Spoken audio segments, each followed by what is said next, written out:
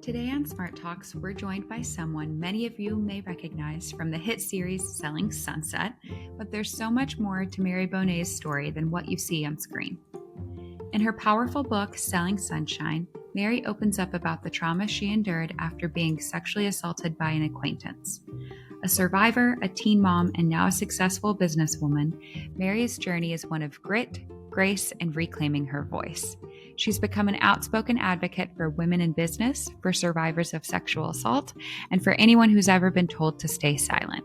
We're honored to welcome Mary to talk about her story, her strength, and her mission to empower others to rise. Please note that this episode contains depictions of trauma and sexual assault. Please take care of yourself and visit our website for hotlines and resources if needed. Hello and welcome back to another episode of Smart Talks. We are so excited to have with us Mary from Selling Sunset. Mary, I'm so thrilled that you're with us and that you just for being your genuine self. Thank you so much. Thank you for having me. And just like kicking straight off, getting straight in, can you talk a little bit about your, how you grew up, your childhood? Where did you start? I started very, very normal life in Indiana. My parents were together most of the time that we were growing up. I think I was in high school or just graduated by the time they ended up getting divorced. Mm-hmm. So I had a very standard Midwestern style childhood. I was a tomboy. I would go down the lake at the end of our street and I would go fishing and catch tadpoles and watch them grow up. I would apparently collect dead animals to give them a proper burial. Oh. And my mom got a little scared I was a psychopath but when she found the box. But I was just a normal kid. Cornfields all around me and good family. Really, a lot of really great memories. What do you feel like, looking back on your life, has been like a major turning point or a transformative experience, if you will?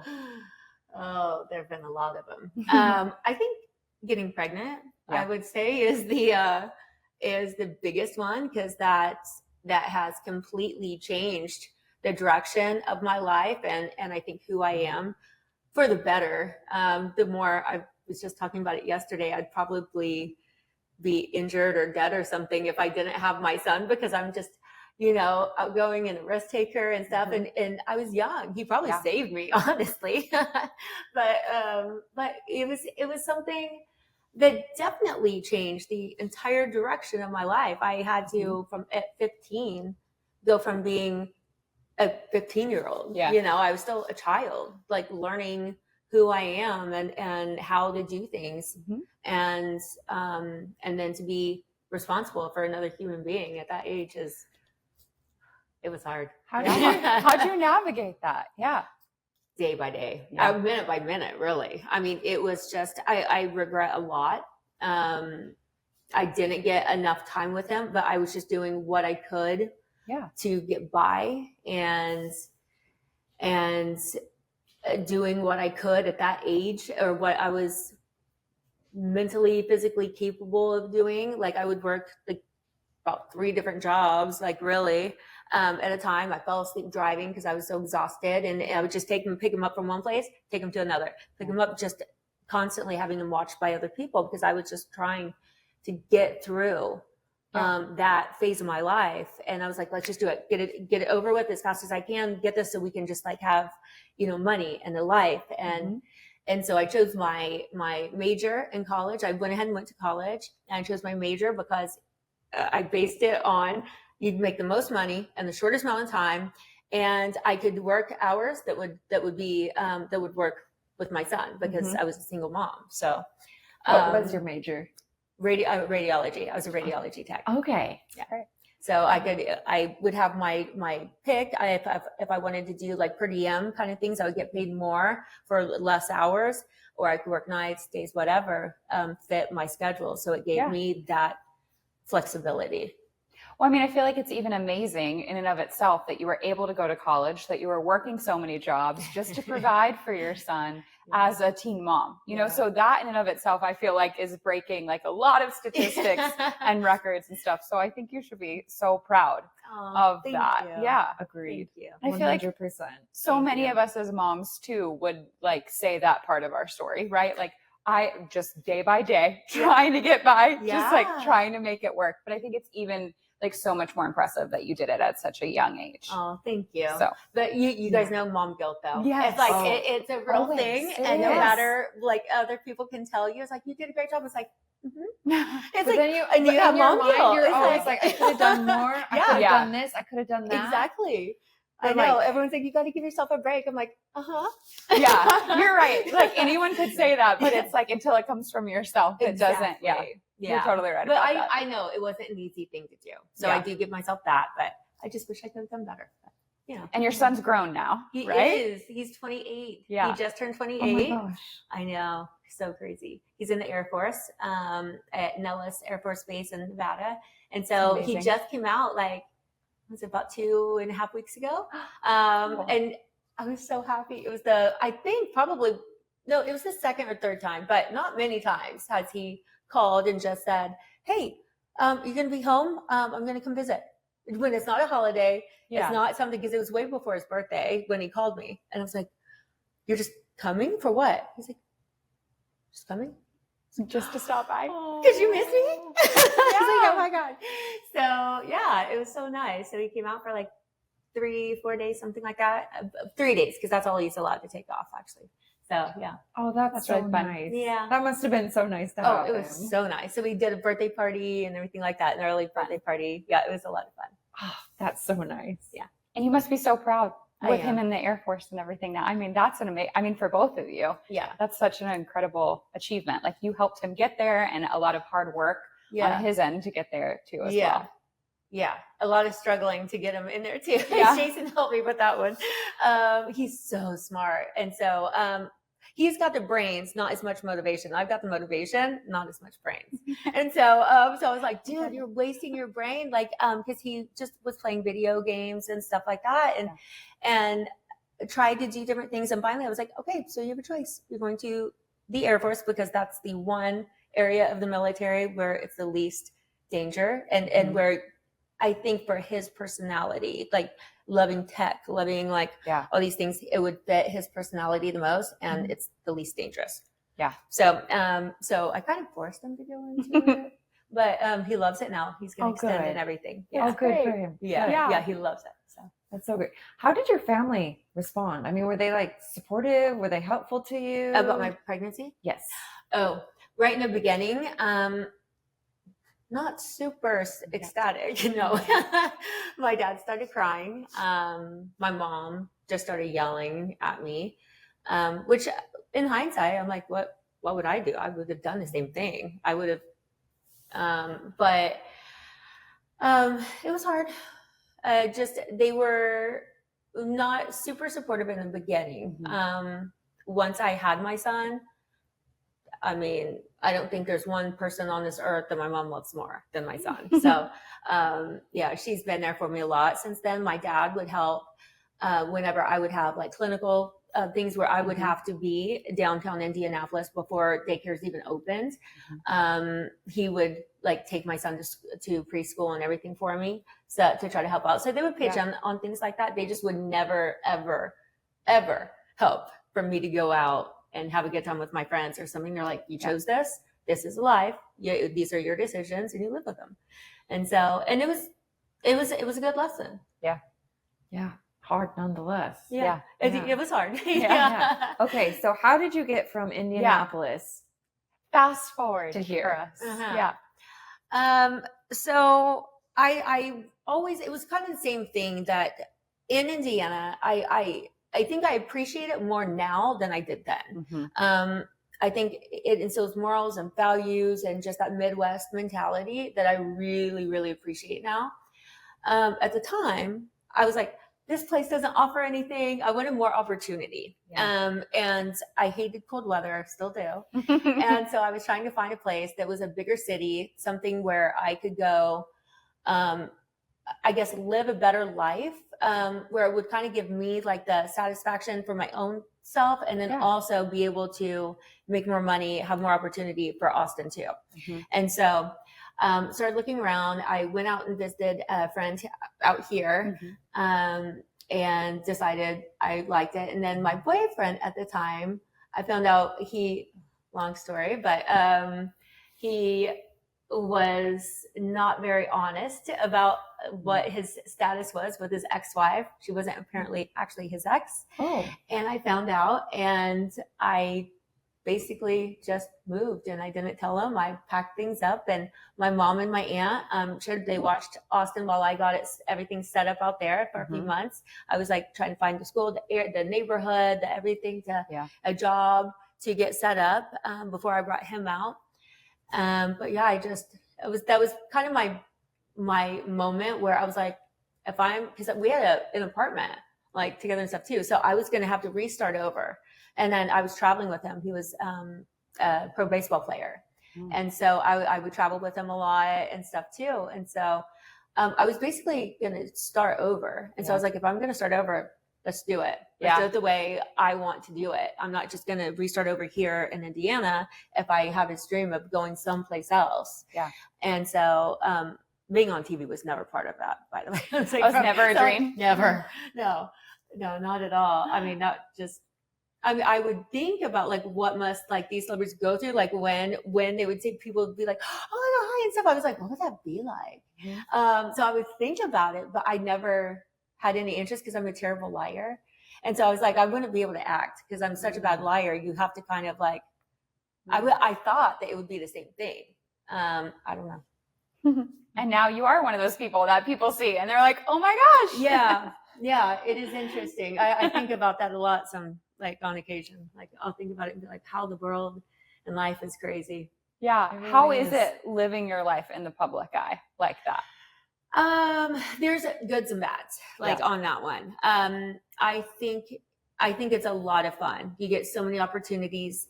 It's so cool to see the amount, how people are inspired and women are inspired by our show. And they're like, oh my God, I want to get my real estate license because of you guys and stuff. And that's why I did it. That's why I went into it. In my personal opinion, it's not exactly the amount of women empowerment that I signed up for. Yeah. There's a lot of drama that I would prefer not be on there. Yeah. But that's, I think it's cool, but I am a very private person. And so, part of it that's really bothered me and it's given me a lot of anxiety. It's like, I've been hacked. Like people trying to see what I'm doing. They like to watch my cameras on my phones and microphones and stuff like that, hack in just to watch and listen. That's pretty creepy. That is really so creepy. Scary. Yeah. And then law enforcement won't do anything about it because they didn't steal anything. They have to take money for them to be able to do something.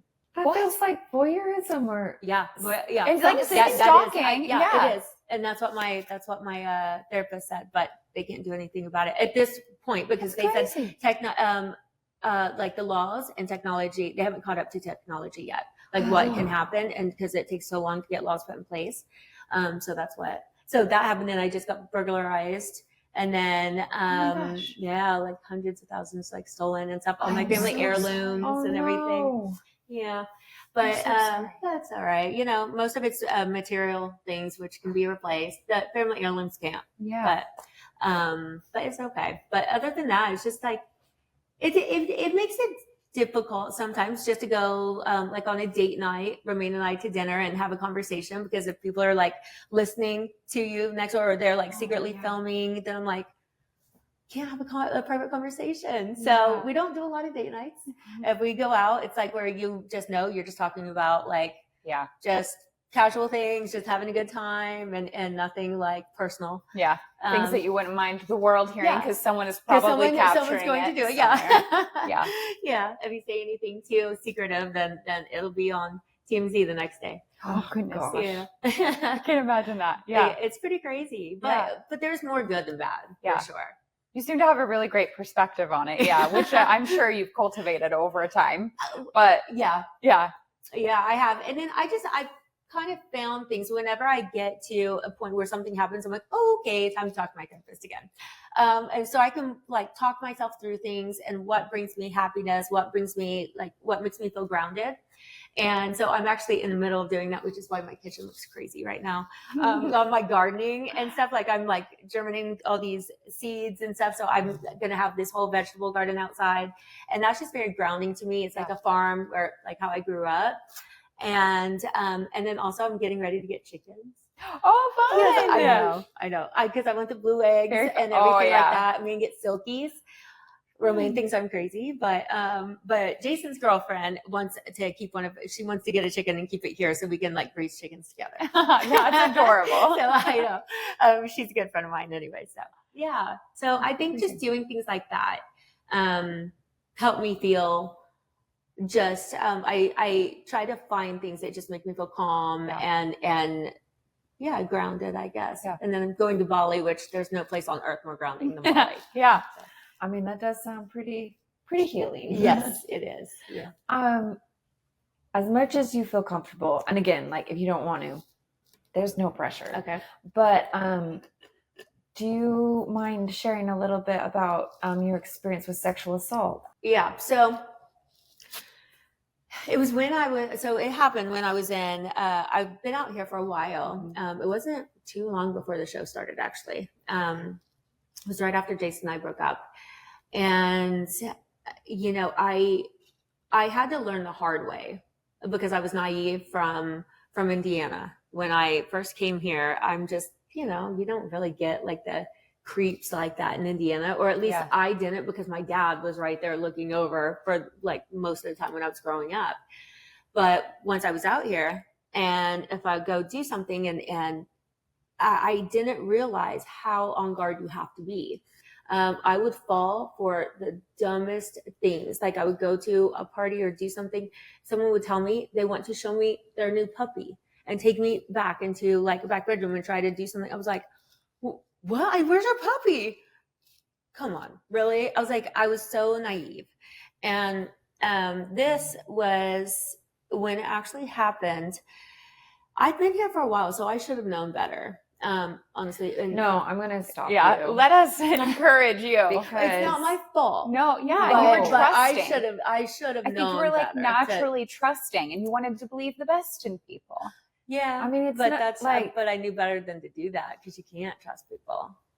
Isn't that sad that that's our world? That still doesn't It's so sad. There's nothing on you. Yeah. It's not my fault at all. No. But it's like that's part of why I started talking about it, because it's never ever anybody's fault when it happens, but you can do things to try to prevent it from happening, and understand certain situations where it can cause a problem. Keep yourself out of those kind of situations. Absolutely. If it does happen, it's not your fault, but 100%.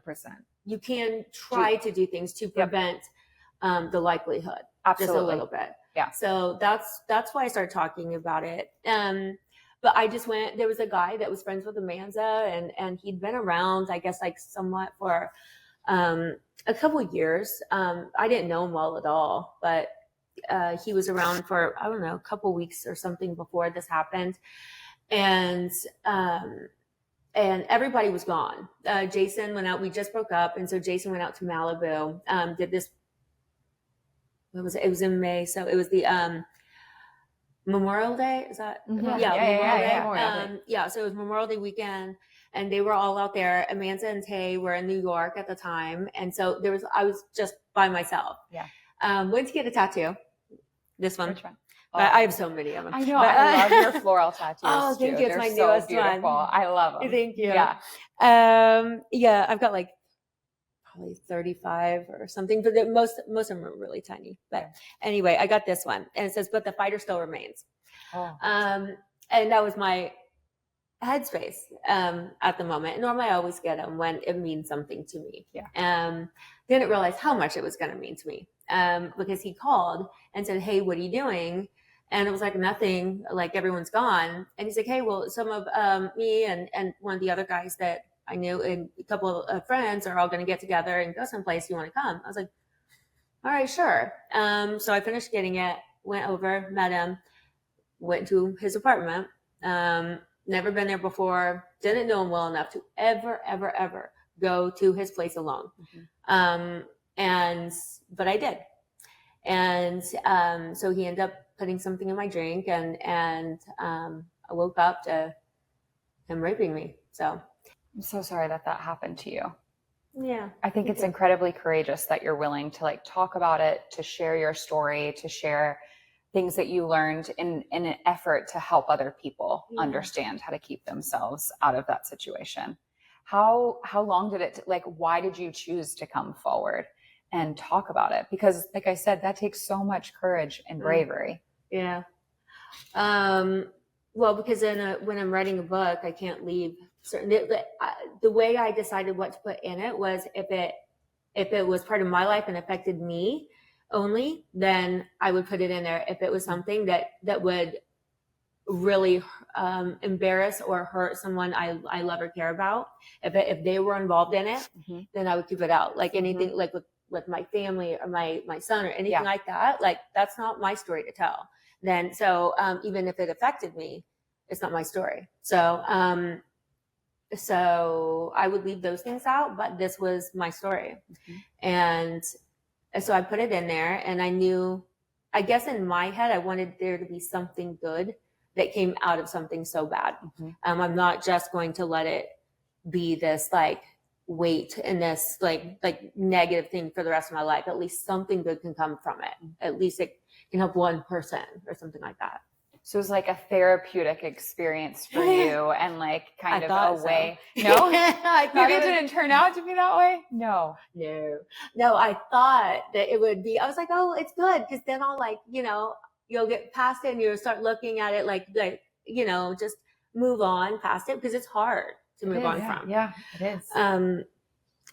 And so, but it didn't really work the way I thought. I think because of all the things that have happened, and then talking about everything, like before, I can talk about one thing and I'm fine. I can talk about another thing, I'm fine. I think doing all the press and doing everything, like, and then I'm talking about this, and it's all bringing back all the emotions and all like the hurtful things, and going through it, writing the book. It took a long time, and I would talk to my therapist. But then I think after my book tour, I think is when I realized, like, just talking about things, and my friends would be like, how are you doing that? Talking about stuff like over and over and over. Like, are you dying? I was like, no, I'm okay. Like, and I would talk about things, but I think I just got myself in like put like this wall up where I can talk about it. And I would still like tear up and stuff like that. But I had enough of a wall up, like, so I wouldn't like break down. Yeah. Because it was hard just going through all of the traumas all at one time. Afterwards, I think I started seeing my therapist again, because I realized that it started making an impact, bringing that up and having to relive it over and over and over. It started harming my relationship with Romaine.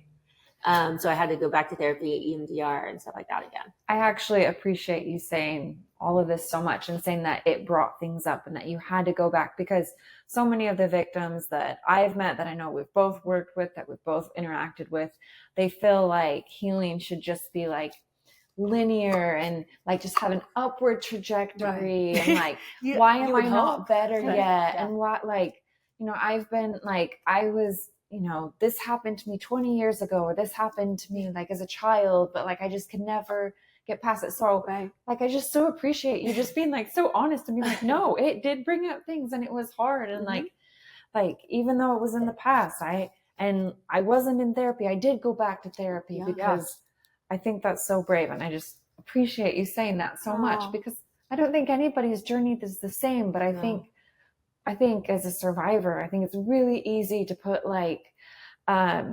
expectations on yourself of where you should be, or what should bother you, what shouldn't bother you anymore. And there's just no two journeys that are the same. No. And sometimes you don't know why you're even affected by something. You're like, that makes no sense. Like, why am and that would happen. I would just start crying about something. It was like, not full on crying, just tears just streaming down my face. It's like, I don't even know what's happening right now. I have no idea. It would, like, Romaine would just look at me. He's like, what is happening? It's like, I don't know. Yeah. Like, I really don't know. But even if I don't understand it, and other victims, like if they don't understand, that's okay. Just like you can't explain. No two tragedies and situations are alike, and so you're not going to respond the same way someone else does. Exactly. And you don't know why you react certain ways. Just know it's okay to get help and to like work with it, because it's trauma. Yeah. And trauma is trauma. Yeah. Trauma is trauma. Let's coin that phrase. Trauma is trauma. I mean, it's something, man. Yeah. And we love this book, The Body Keeps the Score. I don't know if you've ever read it. I've heard of it. I haven't read it. Okay, so just like you said, it was like exactly like what you said. Like, I feel like it came out of that when you were like, my body is reacting, and my emotions are reacting, and I don't even know why, but something in that moment, your body is like reliving that trauma and having a reaction to it, even when you're not consciously aware of it. Yeah. And I think that that's so key too. And like you said, you've got to shed that like guilt or shame about it, and just like ride through that, engage in some of your like self-care techniques and therapeutic techniques. And and hopefully like the significant others, like for the victims, like are like really try to understand and be supportive. Actually going to be my next question was, I mean, because I feel like rape and sexual violence is betrayal on the deepest level. And I mean, I know I've been asked many times like, oh, well, you know, you were raped when you were so young, and then you came home and like now you're married. Like, how are you able to like be with a man after what's happened to you? Yeah. And I've been like, rape is not sex. And like what happens between my husband and I, like that's love, and it's different. And I chose my husband. Like, there's a lot of things that make a big difference to me, but I'm curious for you, how do you move past that level of betrayal, or do you feel like you're still working through it? I'm still working through it. Yeah, for sure. I've gotten better. At a certain point, it took me back. Doing the book took me back, for sure. Like, and that's what brought it up, is that like he's so supportive and so just like understanding. We're having sex, and I just started right after the book thing, and tears just streaming down my face. I had no idea why. He was like, what? I was like, I don't know. And he's like, okay. Like, and I was like, it's not you. I promise it's not you. Yeah. Like, and I mean, how would you react? Your wife is like crying. Yeah. Like I was like, that's so brutal for him. And I don't even know why. I have no idea. But it's caused problems for sure. That's what made me go to get like for EMDR and try to start talking about stuff, because I like flinch without even knowing it. Like if I'm laying in bed and if I don't know he's gonna like reach over and touch me or something, I will just like flinch, and I'm like, and it takes me a minute to like, I'm like, okay, no, oh, okay. And then I have to calm down. I'm like, no, this is okay. This is my husband. I love him. He's safe. And I have to like talk myself like into safety. But and I don't know why, because I'm not like a scaredy cat. I'm not that kind of person, but it just damaged me on such a deep level, like that I'm not even aware of. Like it's just subconsciously I do things and I don't even know I'm doing it. I think that you brought up a great point about your husband, and like you're talking about his kindness and his empathy and his support of you. What advice would you give for other like significant others or partners to someone who has been through sexual assault and experienced that? I think just patience, and you don't have to understand what is happening, because most of the time the person doesn't understand what it is. They don't understand why they're feeling a way or react a certain way or whatever. But just understand it's not them. It's, I mean, their significant other is going through so much emotionally, and what is being put out is probably the fraction, like the hurt and like the dysfunction that you know, the significant other is actually saying is just a fraction of what is actually going on. So just be patient and just be loving, because that's what the person needs. Just safety is what the person needs. Safety, security, and just knowing that they're not going to hurt them, like getting in an argument or yelling at them, like, or something like that, like, oh, like this is, that is not helping like at all. You're never going to get anywhere with that. Just being a supportive, loving partner, I think is going to go much, much further. Yeah. And help them through the journey, probably. Yeah. Without them feeling alone, you know? Yeah. Totally. So kind of jumping directions now. I mean, you got your degree in radiology. How did you get into real estate? Yeah. I mean, you've had such a long career and you've been like so successful. Like that's a big jump. Yeah. Like, how did you do that? So when I first moved out here, that was another hurdle I had to cross because they were giving sign-on bonuses everywhere in the States. So I moved out here thinking, oh, okay, I'm just gonna find which area I want and work at one of the hospitals. I get a sign-on bonus. Everything's all good. Well, right before, one of the hospital ended up closing down temporarily. So I think it was something with the building or something like that, like wasn't safe. And so there were no jobs.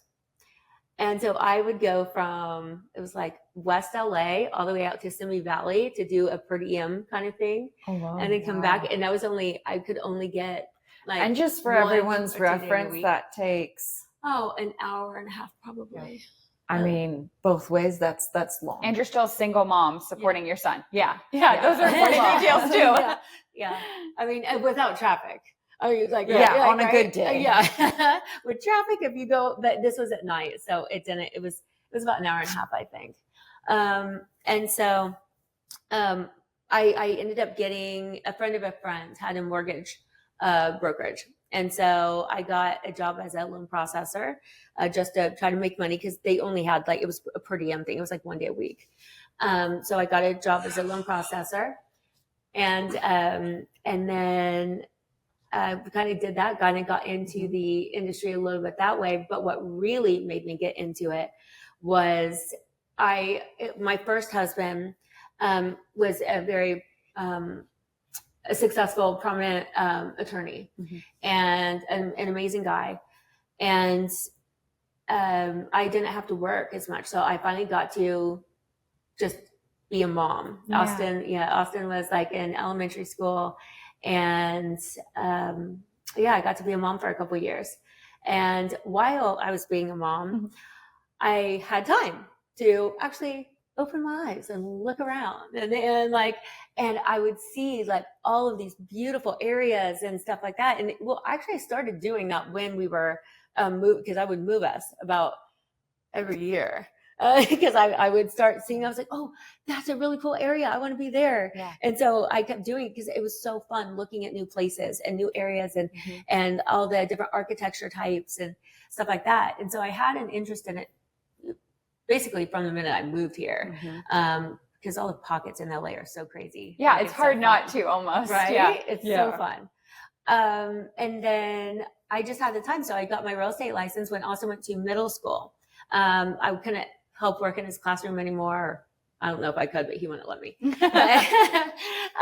And so I got my real estate license. And so, fortunately that was in 2008 and I still did well. I sold 3 houses my first year, in 2008, which I mean, I think if you can make it in that year through that, you can make it anywhere. Anytime, any kind of up or downturn, you'll be all right. Definitely. Yeah. So now can you fast forward and tell us about the show and what that experience was like for you and how it's been so far? And you're going on season 9 now, I think. Well, we're getting ready. We're going to start filming season 10. 9's getting ready to come out. We just finished filming season 9. Oh, I know, right? Crazy.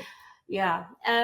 So it was after around 2017, 2018, something like that. We were approached by Adam DeVillo. He saw a picture of us in a magazine. Like Jason just did a brokerage picture, something promoting the company, and he saw it and he was like, no way are these people real. And he, I guess, always wanted to do a real estate show. And he thought that, and once he saw us, he's like, okay, this is the look, this is the vibe. Now let's see if they have personalities to carry a show. And So Jason had turned down a couple different shows already because he just said like he thought it would be bad for business. Like he tried to build up a luxurious company and didn't want it just like torn apart and like cat fights and all stuff like that. And so talked to Adam. He liked us. Netflix. We thought it was dead in the water. Actually, we did a sizzle reel.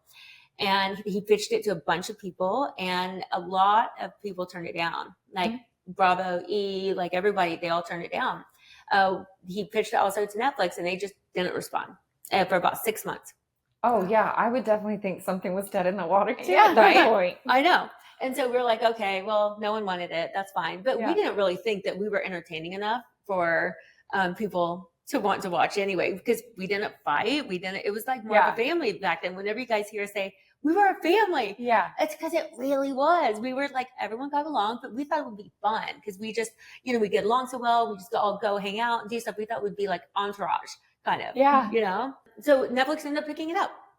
They contacted us about 6 months later and said that they wanted to come meet with us. And so it got picked up. We started filming, and like the rest is history. Yeah. That's amazing. Do you have any regrets doing the show? No, or no? I don't know. I don't have regrets. I don't really believe in regrets. Besides, I think being a mom is the only thing that I wish I could do something better. I wish I would have had the time because I think you learn from everything. Yeah. So it's not that there's only maybe one or two things I've ever regretted in my life, but because I think it's a chance to learn and to grow and Absolutely. stuff. Yeah. But I wish I would have had more time when he was young to counteract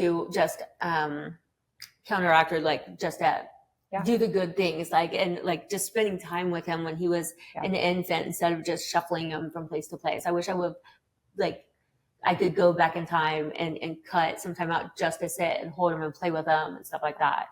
So, but darn mom guilt getting us again. But with this show, no, I don't have regrets, but I do almost quit a couple of times, where I'm like, I don't want any part of this. This is enough. Like, I can't do it. Like the drama was too much, or just like the drama. Okay. I just I'm not good with that drama. I don't believe in tearing each other down or doing anything like that. And to me, it's so far from who I am. And it makes me so uncomfortable. Like that. I like it really impacts my mental state. Like it gives me so much anxiety, and I've got so much cortisol like in my body at all times like that. I'm like, do I need this? Is this really is this what I need in my life? It's been a good run. Maybe I'll go ahead and say peace out. I don't know. But I always go back because I would hate to ever leave like with Jason and then it's like they are my family still. And so I think we just need to somehow control some of the crazy people on the show. I've tried, it doesn't work, but I mean I apparently don't give up hope. I think that's a great Well, are you happy today? I'm happy. It depends on the day. You ask me if I'm filming, there are days where I'm like, no, I'm miserable. But yes, I'm very happy. I love my life.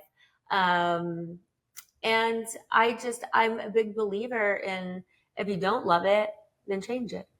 I think you're such a great example of honestly beating the odds and sticking in something and not giving up until you succeed. And I think that's really inspiring, and I think people need to see examples of that. So if you had one thing to share with someone who's struggling with anything, what would you share with them?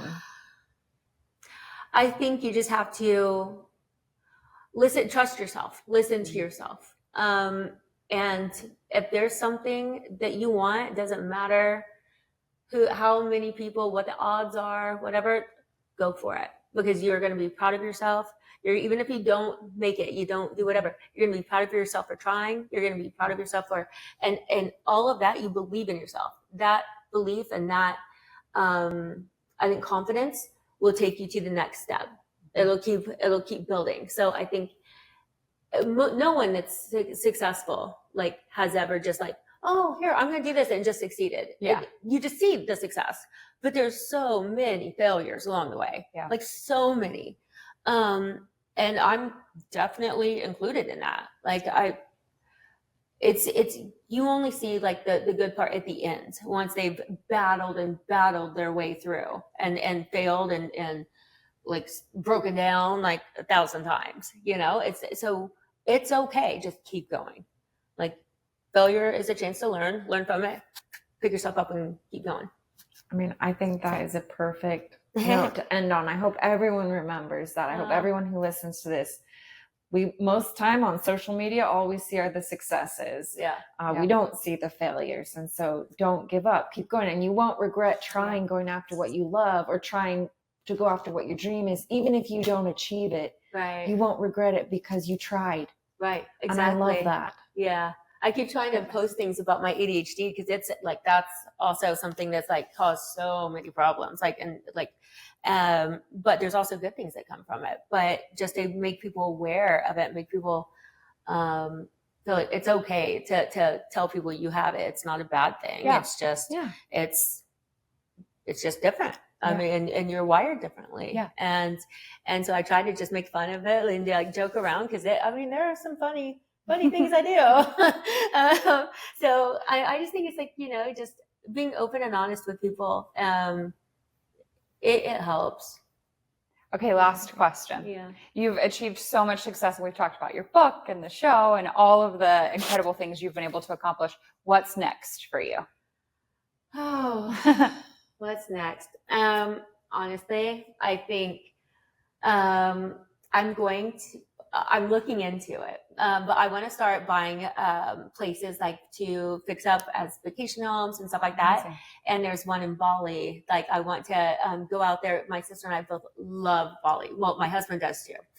And so I'm going out there on vacation, and I don't always just go on vacation, but I'm going to do a little bit of work when I'm out there.